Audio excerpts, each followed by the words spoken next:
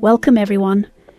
I'm Van, and today we're diving into the fundamentals of rendering by starting with a simple sphere and applying those principles to create a portrait.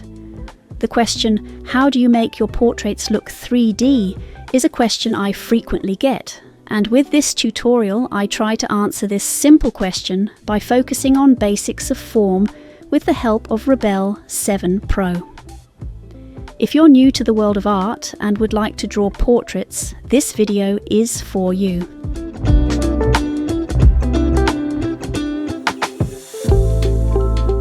Here I begin with creating a sketch for the sphere. As you can see, using Rebelle's selection tool, I am trying to carve out a circle-ish shape, which is the shape of our sphere. The key to nailing a sketch is being precise, as that pays dividends later on. The selection tool here helps a lot in making precise shape.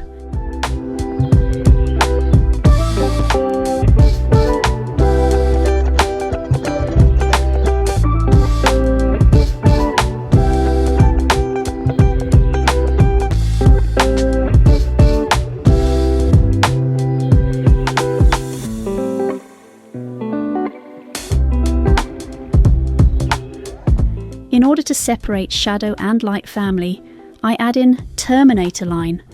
Right next, I start to fill in the form shadow of sphere, keeping Terminator line in mind, and casted shadow casted by sphere, with one uniform value. After I'm done with the blocking in the shadow shape, I begin on adding halftones. Halftones can be understood as a transition value, which helps in making the form look 3D. I use the blending mode of my brush to blend and create halftones to my liking. These are transition values, where you need to be careful, as overstating the halftones can destroy the illusion of form.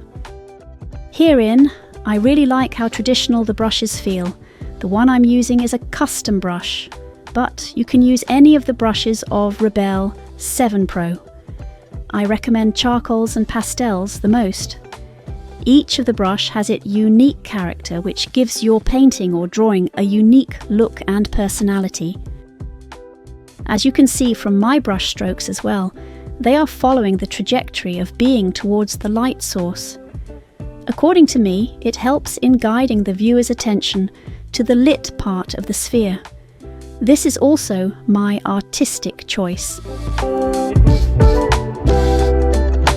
Here I am painting the background of the sphere, which helps in adding depth to the whole composition, making the sphere pop out more.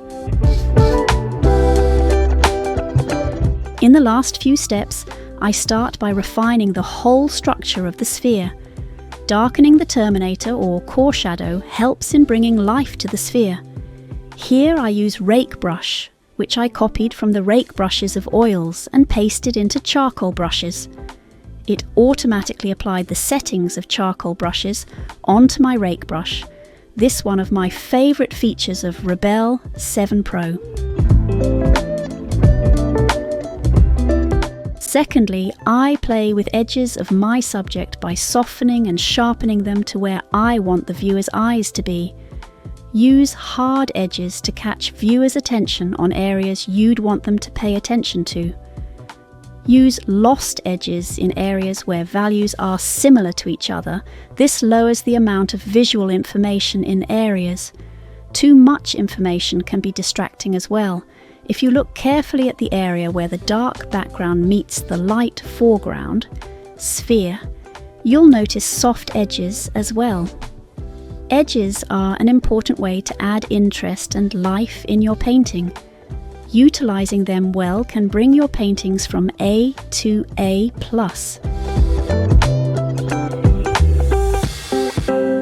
Lastly, when I feel that the overall values are in their correct place, and only the darkest darks, occlusion shadow usually, and lightest lights, highlight where light is direct, are left, I carefully render the subject to my liking.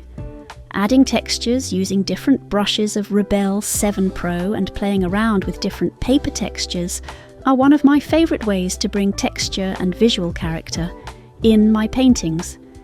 and at the very end I place darkest and the lightest values to give my painting a visual pop.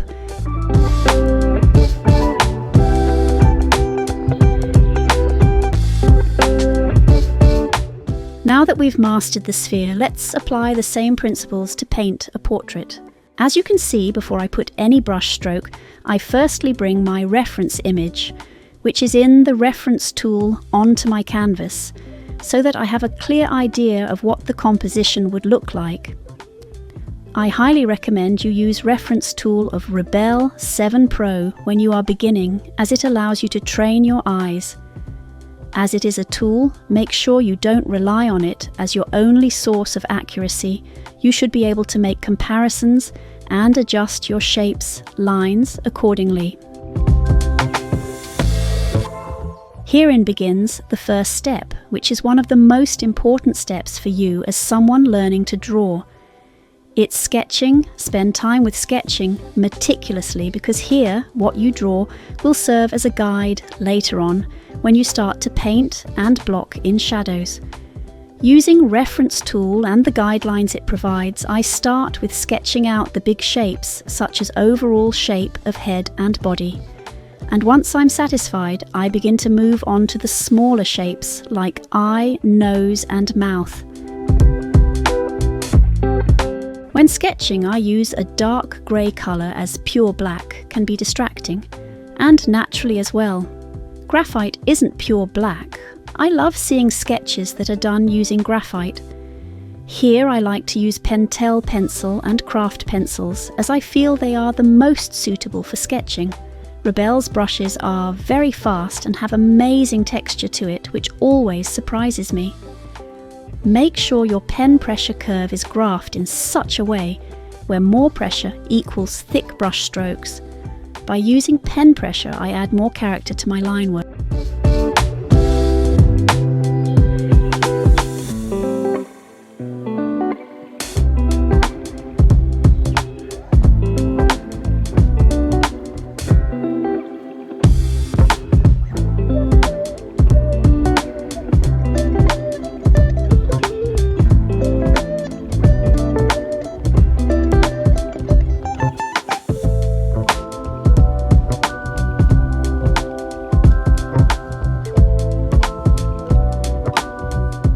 Next, after I'm happy with my sketch, where proportions feel right to my eye and overall shadow shapes have been sketched, taking artistic liberty, I tone my subject with a value that's darker than my canvas.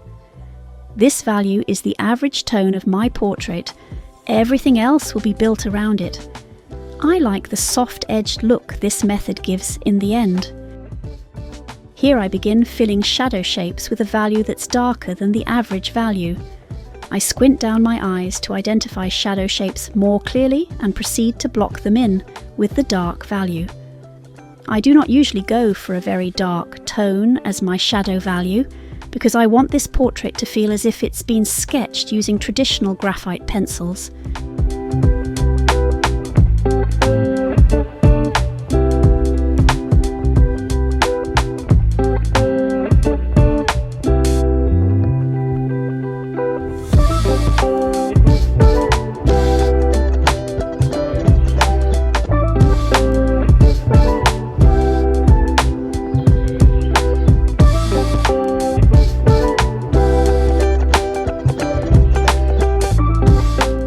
After my shadow values are in place, I start by working on the entire piece, little by little rendering it.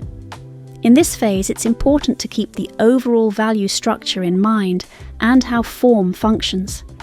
I advise in this phase, you fill in your reflected shadows and work on rendering your half-tones. This is my favourite place to be, where I feel utmost free to experiment and play, using different brushes and textures. I use small brushes with lower opacity, as that increased the amount of perceived texture and detail. Using blending tool to soften your edges and slowly incorporating hard edges to divert viewers' focus to the parts you want their attention to usually happens in this stage of rendering. Here is a question for you. Comment down below where the hard edges are, and where did your focus go to when you first saw this drawing.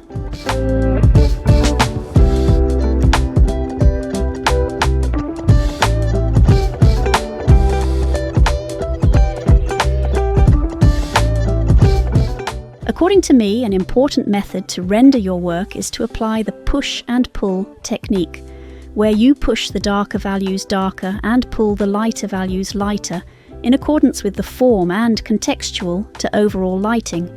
This creates a visual contrast between the shadows and lights, hence giving your work a more 3D look. As you can see, I use it here to give my work the desired finish.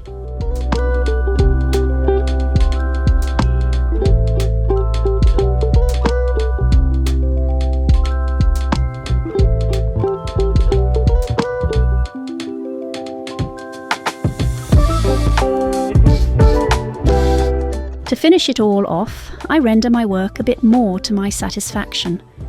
I add in the darkest darks in the nostrils and the pupils, as that's where the light reaches the least.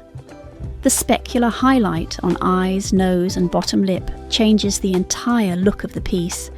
It adds completion to it. Be careful as to not overdo it.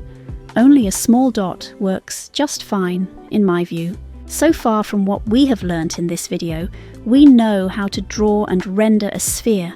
We understand what shadow, core shadow, halftones and light mean. We got to know about the darkest of darks and lightest of lights. We also learnt how to render a sphere, and to put it all in practice, we created a portrait where all of the fundamentals we learnt earlier were practiced. My ask towards you is to practice drawing spheres. As many as you can, start by drawing a sphere with reference, then without. Name all the members of shadow and light family, and finally take a simple reference picture of an apple or pear where there's clearly defined shadow shapes as well as light shapes, and paint it. You don't have to worry about getting it all perfect at the first try. All I ask for you is to keep trying. You will surely get better because that's how I did.